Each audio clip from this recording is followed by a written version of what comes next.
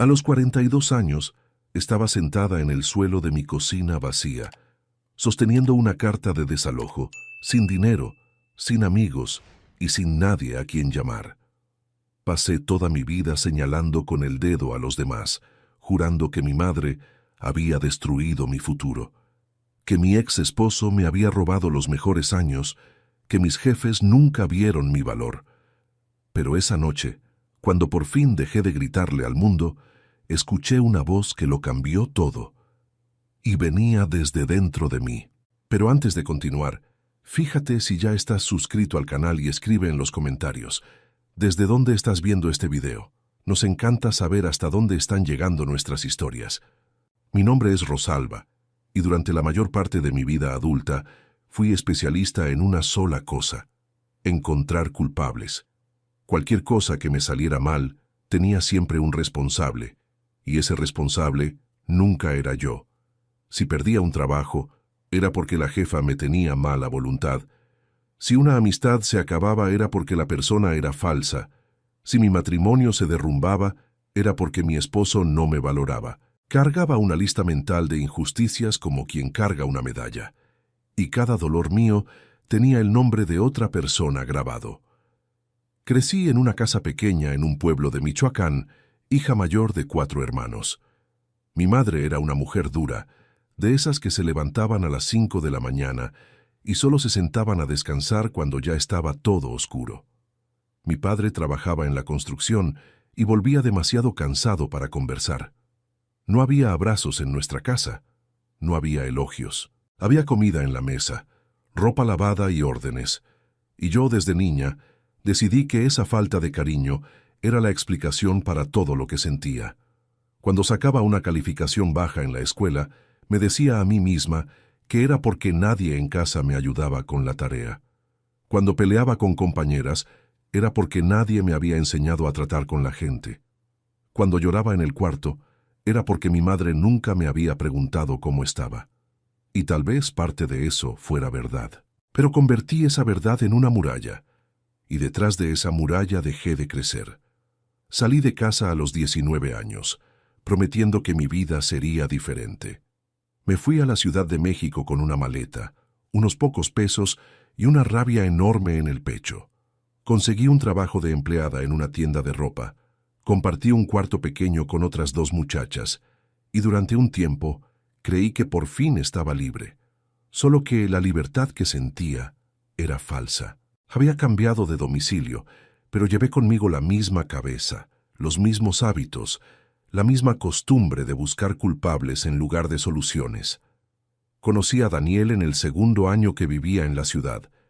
Él era 5 años mayor, tenía una sonrisa bonita y decía cosas que nadie nunca me había dicho: que yo era especial, que merecía el mundo, que él cuidaría de mí. Me agarré a esas palabras como quien se agarra a una boya en medio del mar, y en menos de un año ya estábamos casados. Yo tenía 22 años y creía que había encontrado la respuesta a todo el vacío que cargaba desde niña. Los primeros tiempos fueron buenos. Rentamos un departamento pequeño. Yo seguí trabajando. Él tenía un puesto en una empresa de transportes. Pero con el paso de los años, las cosas fueron cambiando, y yo fui cambiando con ellas. Empecé a quejarme de todo, de la ropa que él dejaba en el suelo, del salario que nunca subía, de las amigas de él que no me caían bien, de la familia de él que me juzgaba. Cada conversación se volvía pelea, y cada pelea terminaba con él saliendo de la casa y yo sentada en la sala llorando, convencida de que él era un hombre desagradecido que no veía todo lo que yo hacía. Solo que yo no hacía gran cosa. Esa es la verdad que tardé 20 años en ver. Había dejado de estudiar cuando salí de la escuela. Había rechazado varias oportunidades de aprender algo nuevo, porque siempre creía que era demasiado pronto, o demasiado tarde, o demasiado injusto conmigo. Vivía esperando que la vida me entregara algo, como si tuviera un cupón de descuento guardado en el bolsillo desde el nacimiento. Y cuando la vida no entregaba, le echaba la culpa a Daniel. Le echaba la culpa a los jefes, al país, a cualquier persona, menos a la mujer que me miraba de vuelta en el espejo del baño cada mañana. El matrimonio se acabó cuando yo tenía 31 años. Fue un miércoles de noviembre, y lo recuerdo hasta hoy porque estaba lloviendo. Daniel llegó a casa, se sentó en la orilla de la cama y dijo que ya no aguantaba, que había intentado de todas las formas, pero que yo nunca veía nada bueno en nadie, y mucho menos en él. Dijo que había conocido a otra persona, una mujer que reía, que hablaba de planes, que tenía esperanza, y que él quería tener esperanza de nuevo. Le grité. Aventé cosas. Le dije que era un traidor, un mentiroso, el peor hombre que había conocido. Él no respondió. Solo agarró una maleta, metió algo de ropa adentro y se fue, sin azotar la puerta, sin voltear hacia atrás. Y yo me quedé ahí, en medio del cuarto, con pedazos de una lámpara rota en el suelo, prometiéndome a mí misma que él iba a pagar por aquello, que jamás lo perdonaría, que él había arruinado mi vida. Los años siguientes fueron un borrón de trabajos cortos, peleas con vecinos, amistades que empezaban con entusiasmo y terminaban con mensajes filosos. Cambiaba de empleo cada 2 años, siempre por culpa de alguien. Cambiaba de departamento, siempre por culpa de algún vecino insoportable. Cambiaba de amigas, siempre por alguna traición inventada. Y a cada cambio me repetía, esta vez va a salir bien. Esta vez la gente me va a reconocer. Esta vez será diferente. Pero nunca lo era, porque el problema andaba conmigo dentro del pecho, detrás de los ojos, y yo no estaba dispuesta a mirarlo. A los 38 años, ya había pasado por 7 trabajos diferentes, 3 casas rentadas y más peleas de las que podría contar. Trabajaba de cajera en una tienda departamental, ganaba lo suficiente para pagar las cuentas básicas y nada más. No tenía ahorros, no tenía planes, no tenía a casi nadie. Mi madre todavía estaba viva, viviendo en el pueblo, pero casi no nos hablábamos. Mis hermanos habían seguido con sus vidas, se casaron, tuvieron hijos, y yo veía todo de lejos, con esa mezcla de envidia y desprecio que solo siente quien está perdido. Fue por esa época cuando empecé a tomar un poquito más de lo que debía. No era nada escandaloso al principio. Una copa de vino por la noche para relajarme. Después 2. Después una botella entera en 2 noches. Después todas las noches. Me decía a mí misma que era solo una forma de aliviar el cansancio, pero la verdad es que me estaba anestesiando para no pensar. Porque pensar dolía. Pensar significaba darme cuenta de que estaba envejeciendo, sola y sin rumbo. Y prefería 1000 veces echarle la culpa al mundo a sentarme con ese dolor. Amigos, cada historia que les cuento sale todos los días. Pero YouTube solo se las mostrará si tocan el botón rojo de suscribirse. Gracias. Fue una mañana de lunes cuando todo empezó a derrumbarse de verdad. Llegué tarde al trabajo por 4ª vez en el mes. La gerente, una mujer más joven que yo, me llamó a su oficina y dijo, con esa calma que duele más que un grito, que ya no podía cubrir mis faltas, que me estaban despidiendo. Me quedé muda por unos segundos y después exploté. La acusé de tener celos de mí. Le dije que nunca le había caído bien, que era pura persecución. Salí de la oficina pisando fuerte, agarré mis cosas y me fui, con la cabeza ardiendo de rabia. Esa misma semana, la dueña del departamento donde vivía me llamó. Tenía 2 meses de renta atrasada y dijo que iba a necesitar el inmueble de regreso. Me dio 30 días para salir. Colgué el teléfono y aventé el aparato contra la pared. La pantalla se rompió. Me senté en el sillón y me quedé mirando el techo durante horas, repitiéndome dentro de la cabeza la misma cantaleta de siempre. Nadie me ayuda, nadie me entiende, todo el mundo está en mi contra. Intenté llamar a algunas personas ese día. Llamé a una antigua compañera de trabajo, con quien me había peleado hacía unos años, queriendo pedirle un lugar donde quedarme. Contestó, escuchó y dijo, educadamente, que no se podía. Llamé a una prima que vivía en la ciudad. Dijo que tenía la casa llena. Llamé hasta a mi madre después de meses sin hablar con ella. Mi madre escuchó todo en silencio. Y cuando terminé dijo una frase que se quedó haciendo eco dentro de mí durante días. Hija, todos en tu vida ya han intentado ayudarte de alguna forma. Tal vez sea hora de que te ayudes a ti misma. Colgué el teléfono furiosa. Como que yo debía ayudarme a mí misma. Yo trabajaba como esclava, yo hacía todo bien, yo era buena persona. El problema nunca había sido yo. Pero la frase de mi madre no se me iba de la cabeza. Se quedó ahí, golpeando, golpeando, golpeando, como una puerta mal cerrada en un día de viento. Los 30 días pasaron demasiado rápido. Vendí algunos muebles para juntar dinero, agarré otros y los metí en una bodega barata, y el último día cargué 2 maletas hasta una posada de 5ª categoría que aceptaba pago por semana. El cuarto era pequeño, con paredes amarillentas y un olor extraño a humedad. La cama rechinaba. La ventana daba a un callejón, pero era todo lo que podía pagar. Fue en esa posada la primera noche, cuando llegué al fondo.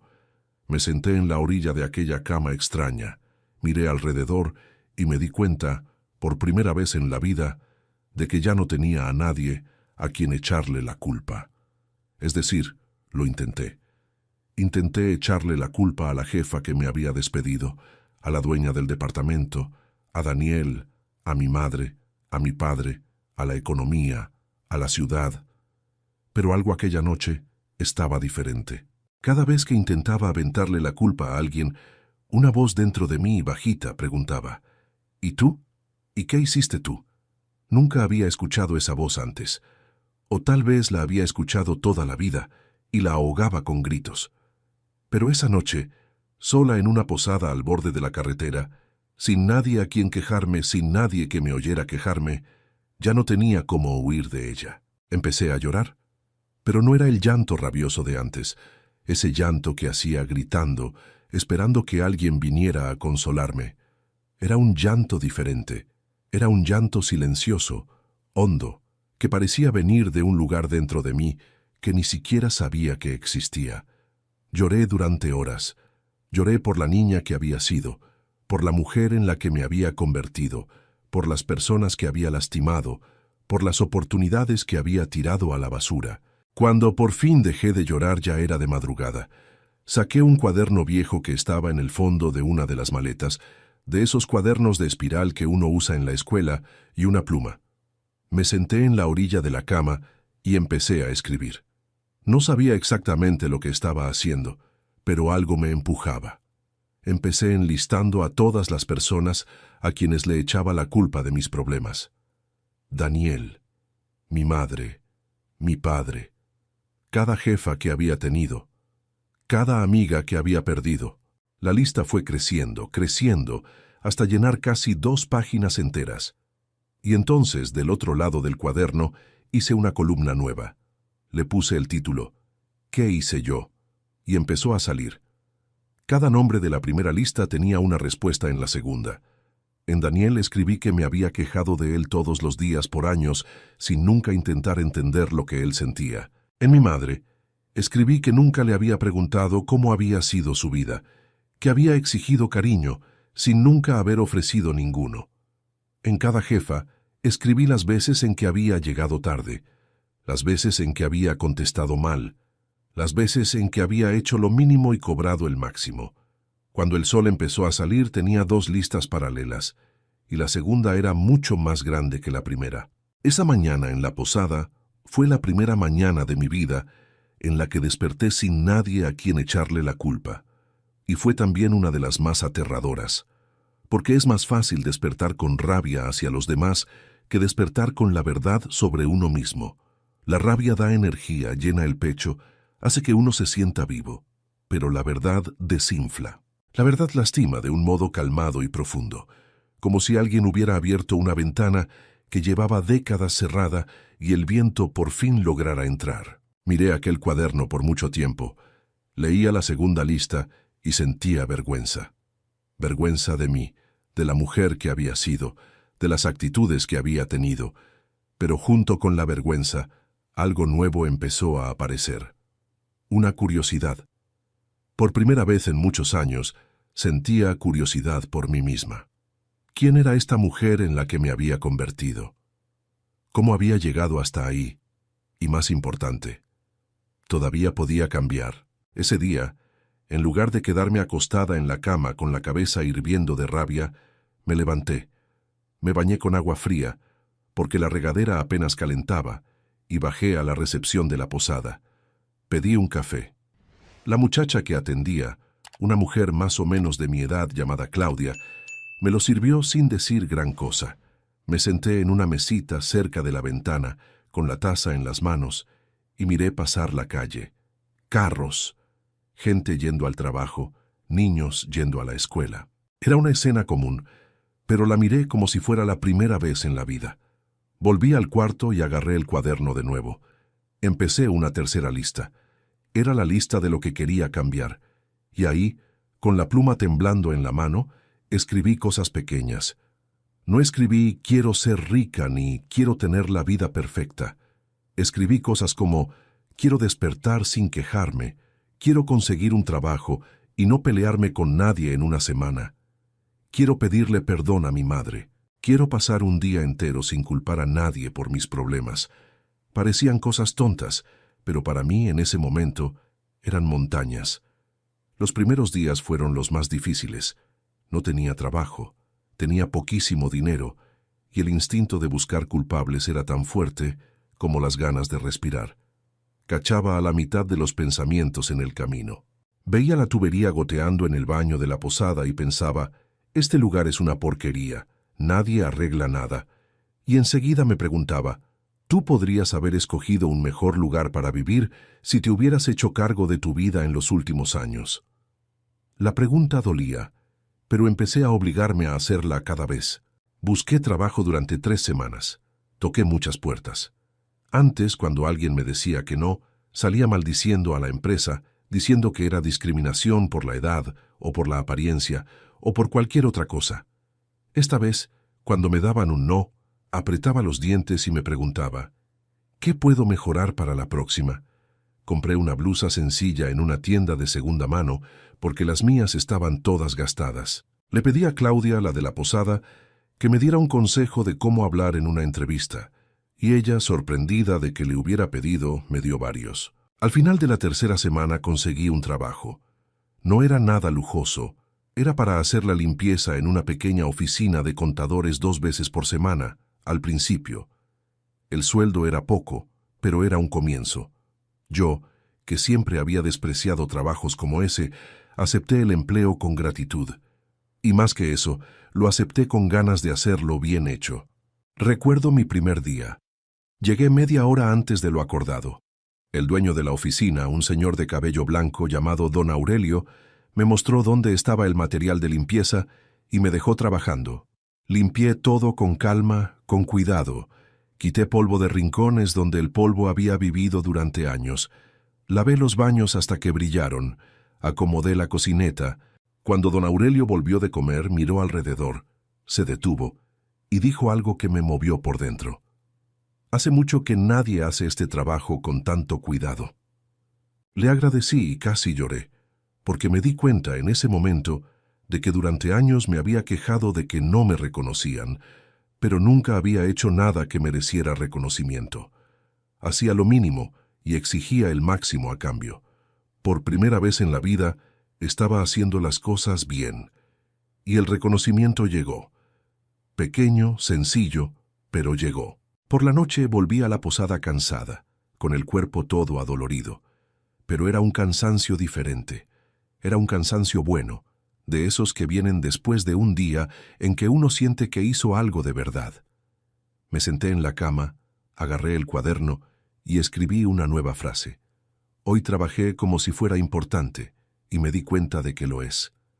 Poco a poco fui aumentando los días de limpieza en la oficina.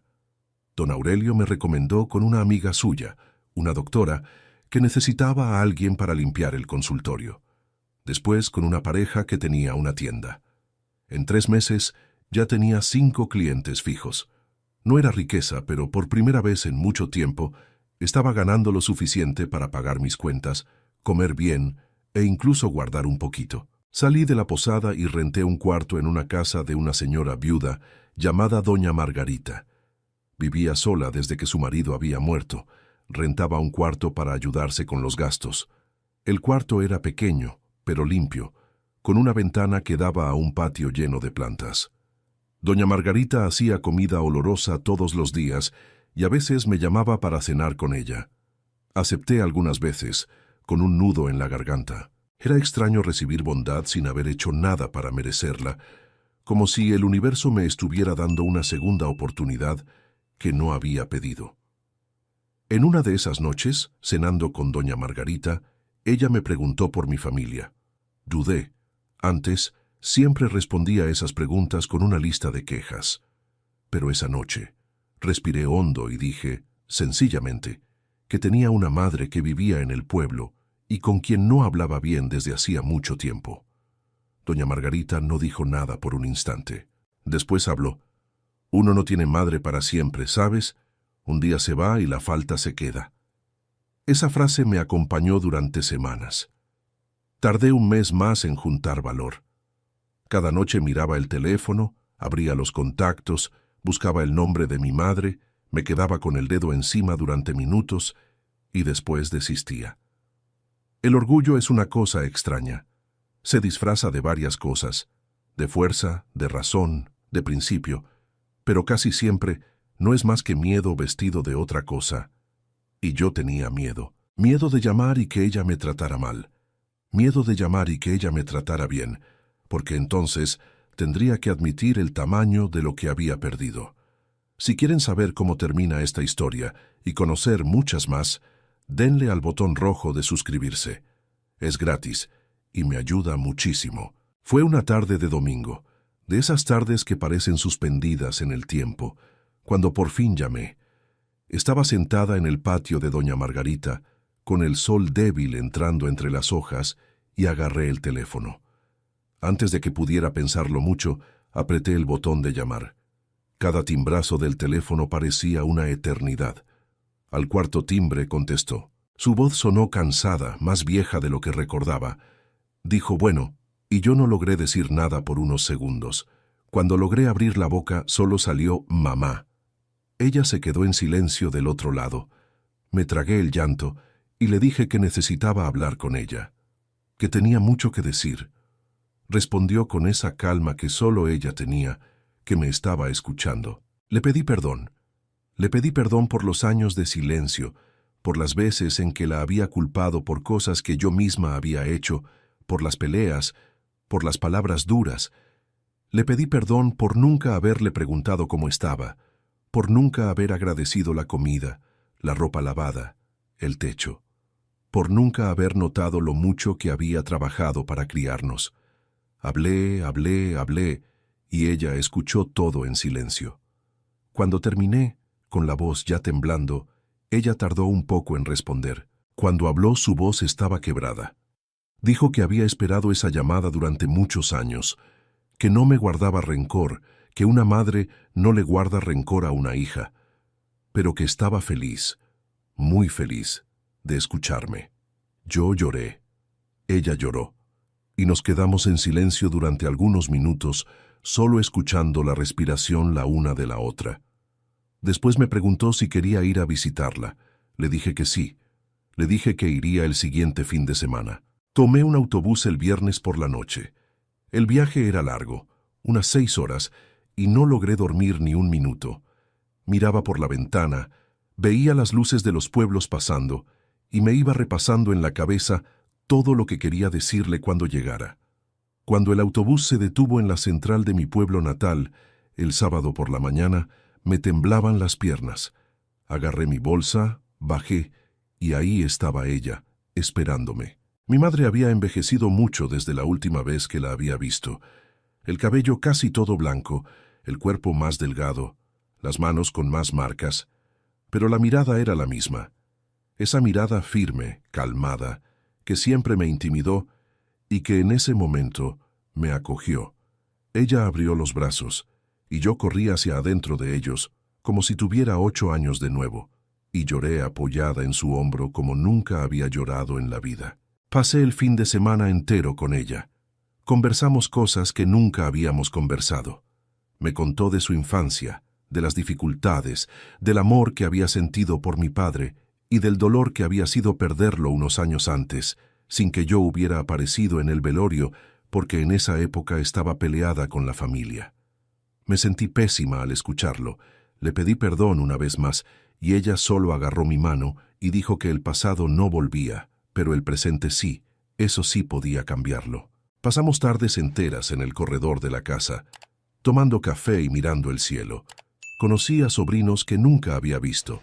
Reencontré a mis hermanos, que estuvieron desconfiados al principio, pero que poco a poco se fueron abriendo. Le pedí perdón a cada uno. No esperé que dijeran nada de vuelta, no esperé que aceptaran, no exigí nada. Solo pedí perdón, desde el fondo del pecho, y dejé que las palabras salieran sin reclamo. Cuando volví a la ciudad el domingo por la noche, era otra mujer. No completamente, claro. Uno no cambia de un golpe. Eso es mentira que venden. Pero algo importante se había roto dentro de mí, y por dentro de esa grieta, una luz empezaba a entrar. Volví al trabajo el lunes con una energía diferente. Empecé a darme cuenta, por primera vez, que cada cliente que atendía era una persona, no un enemigo. Empecé a conversar con don Aurelio sobre su vida, sobre su trabajo de contador. Era un hombre culto, le gustaba leer, y poco a poco me fue prestando libros. El primer libro que me prestó era sobre la vida de una mujer que había empezado de cero a los 40 años y había abierto su propio negocio. Leí ese libro en 2 noches, y cuando terminé me quedé acostada en la cama mirando el techo, con el corazón desbocado.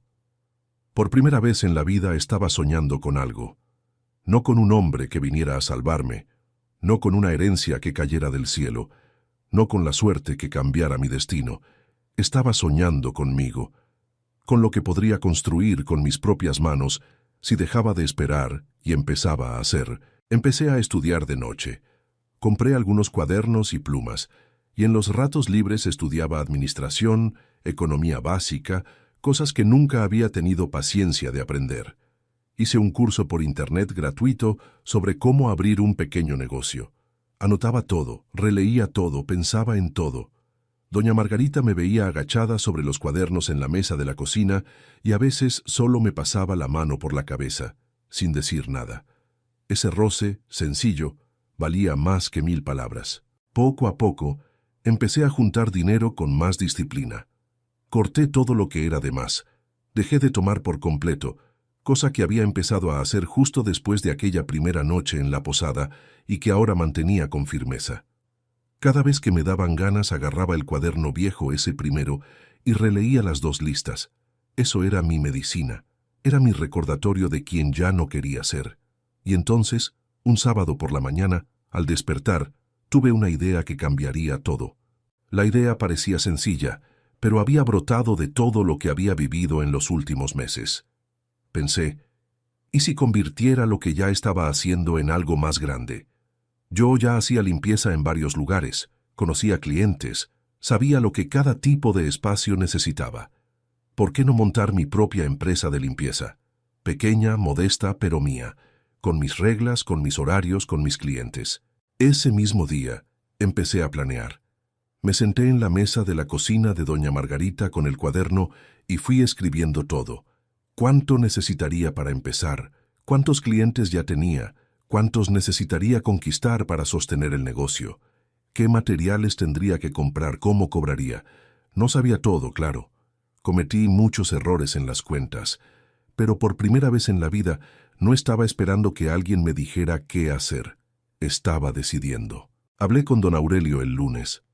Escuchó la idea entera en silencio, con ese estilo calmado suyo, y cuando terminé, sonrió. Dijo que le parecía buena idea, y que si yo quería, él me ayudaría con la parte de los trámites, con los documentos, con el registro de la empresa. Dijo que no me cobraría nada por eso. Me quedé sin palabras. Quise rechazarlo, decir que no hacía falta, pero algo en mí, de esta nueva Rosalba, me susurró que aceptar ayuda no era debilidad, era inteligencia. Acepté, y le agradecí con lágrimas en los ojos. Los meses siguientes fueron intensos. Trabajaba de día, estudiaba de noche, planeaba los fines de semana. Compré materiales de limpieza profesional poco a poco con el dinero que iba juntando. Mandé a hacer tarjetas de presentación sencillas en una imprenta de barrio. Decidí un nombre para la empresa, la llamé Renacer, porque era exactamente lo que aquello significaba para mí. Cuando por fin abrí oficialmente el negocio, Me quedé plantada frente al espejo del cuarto de doña Margarita por unos buenos minutos, mirándome a mí misma. La mujer que me devolvía la mirada tenía los mismos ojos de la Rosalba de antes, pero algo en ellos había cambiado. Ya no tenía ese brillo de rabia. Tenía un cansancio, sí, pero un cansancio bonito, y detrás de él, una chispa de valor que no sabía que tenía. Los primeros clientes llegaron a través de don Aurelio y de la doctora, que me recomendaron con sus amigos. En pocos meses, tenía más trabajo del que podía sacar adelante sola.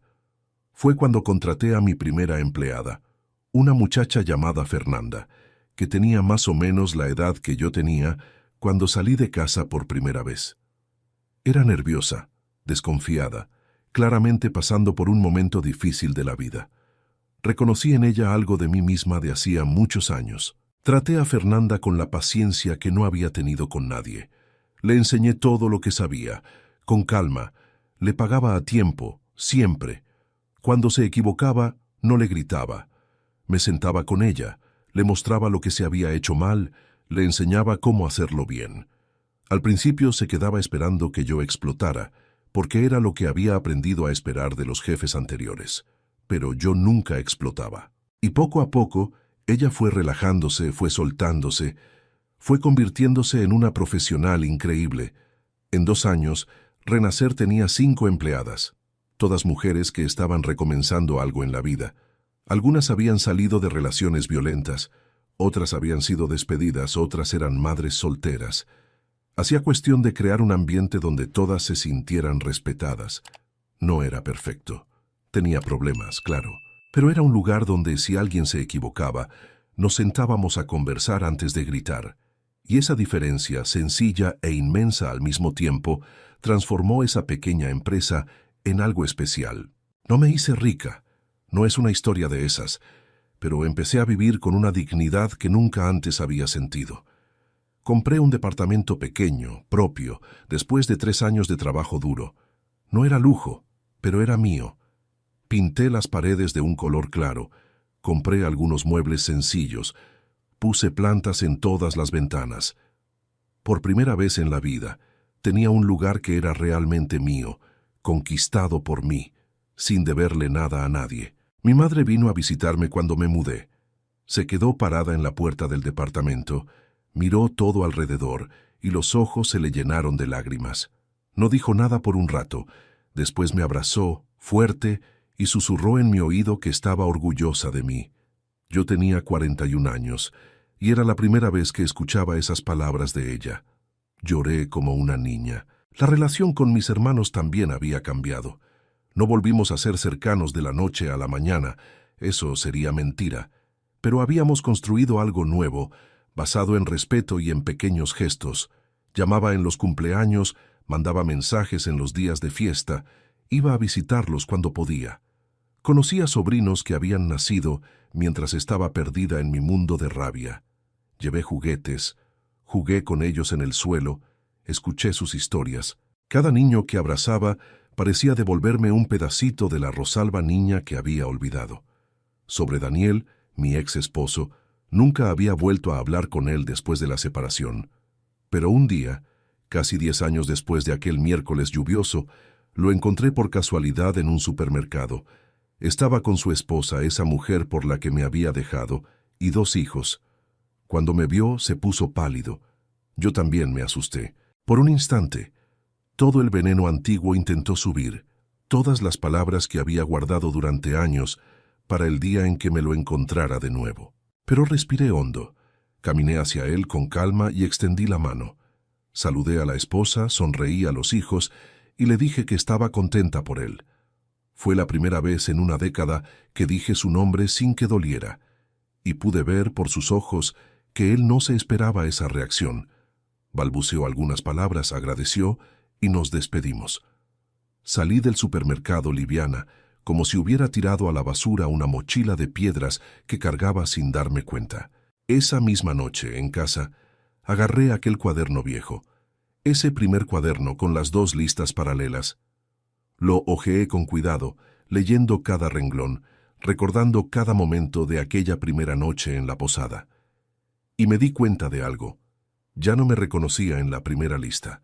Esa mujer que culpaba a todo el mundo ya no era yo. Todavía vivía en algún rincón de mi memoria, sí, pero ya no era quien era yo en el presente. Empecé a llorar, pero era un llanto de gratitud. Gratitud por haber llegado tan al fondo, al punto de no tener otra salida más que mirar hacia adentro. Gratitud por la voz bajita que me había hablado aquella noche. Gratitud por cada persona que había cruzado mi camino desde entonces y me había ayudado, incluso sin saberlo, a seguir cambiando. Hoy tengo 42 años. Renacer cumplió 5 años el mes pasado. Tenemos 11 empleadas ahora, todas mujeres recomenzando algo en la vida. Atendemos a más de 50 clientes fijos. No es una empresa enorme, pero es una empresa estable, honesta y que cambia la vida de cada mujer que entra a trabajar conmigo. Para mí, eso vale más que cualquier fortuna. Hago cuestión de contar mi historia los primeros días de cada empleada nueva. Me siento con ellas en la pequeña oficina que monté, sirvo un café y cuento todo, sin esconder nada. Cuento de la rabia que cargaba, de los matrimonios destruidos por mis palabras, de los empleos perdidos por mi falta de responsabilidad, de la posada de 5ª categoría, de la primera lista en el cuaderno. No lo cuento para presumir de haber cambiado. Lo cuento porque quiero que sepan que nadie está perdido, que cada una de ellas, por mal que esté la vida en el momento en que entran a la empresa, puede cambiarlo todo si decide dejar de buscar culpables y empezar a buscar caminos. Algunas llegan desconfiadas, creen que es plática motivacional o que estoy intentando manipularlas. Las entiendo, yo también desconfiaría, en su lugar. Pero con el tiempo, conforme conviven conmigo y con las compañeras, se van dando cuenta de que es verdad, y poco a poco veo a cada una empezar a hacer el mismo trabajo que yo hice, mirar hacia adentro en lugar de hacia afuera. Mi madre murió el año pasado. Tenía 68 años. Se fue de una manera rápida, después de una enfermedad que nadie esperaba. Yo estaba al lado de ella cuando se fue. Sostuve su mano hasta el último instante, agradeciéndole en silencio por cada cosa que había sido para mí, incluso en los años en que no había sabido valorarla. Me miró en los últimos minutos y susurró que estaba orgullosa de la mujer en la que me había convertido. Esa frase es el tesoro más valioso que cargo. En el velorio me mantuve firme. Me hice cargo de todo.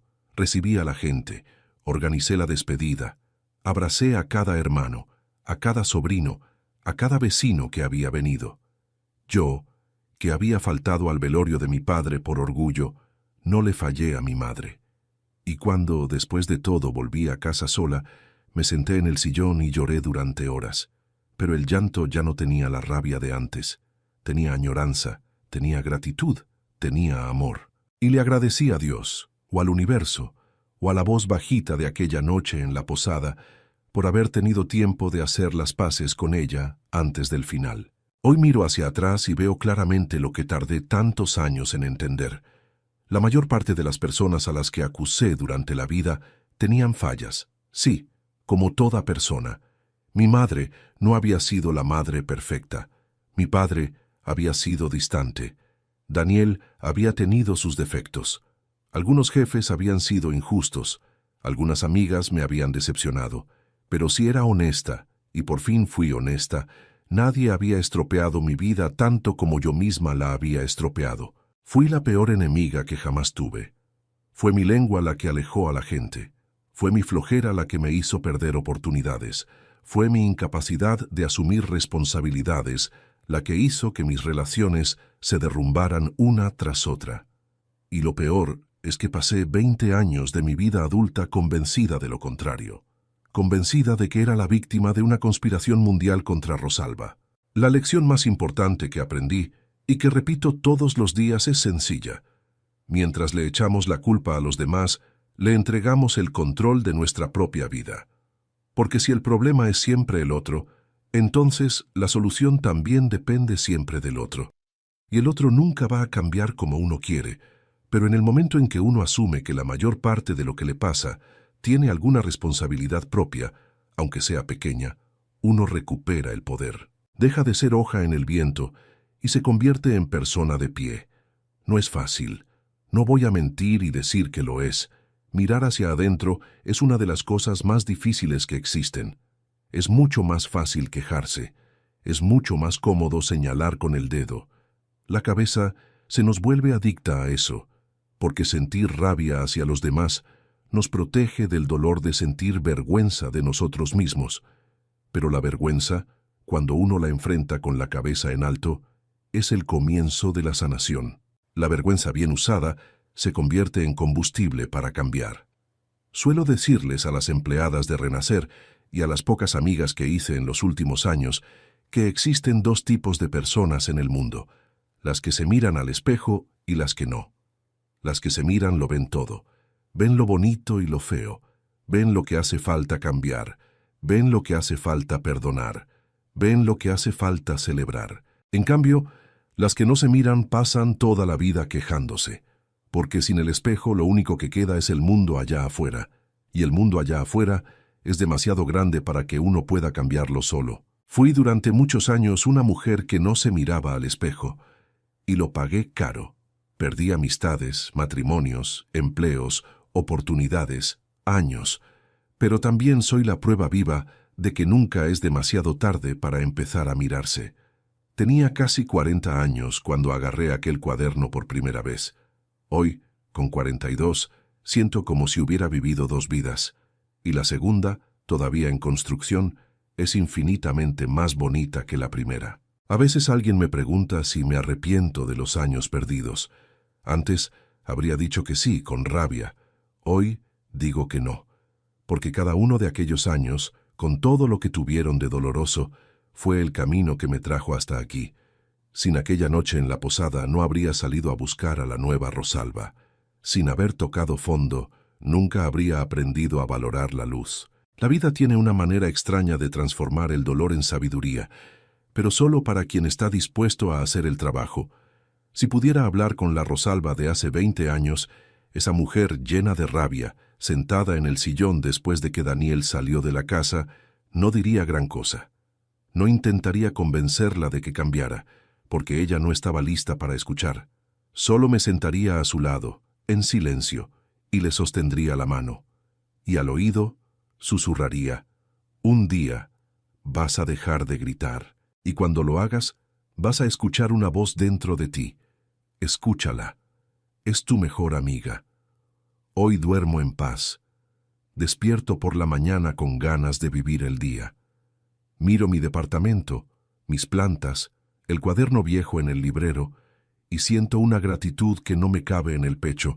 No tengo la vida perfecta, nadie la tiene, pero tengo una vida que es mía, construida con mis manos, y eso lo es todo. Y a ti que llegaste hasta el final de mi historia, te dejo solo una cosa.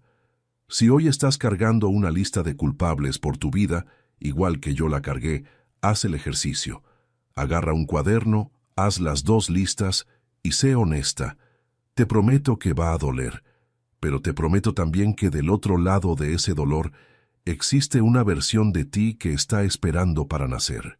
Y es hermosa. Si te gustó esta historia, haz clic en suscríbete y cuéntame en los comentarios qué parte te impresionó. Mañana hay más. Nos vemos allí.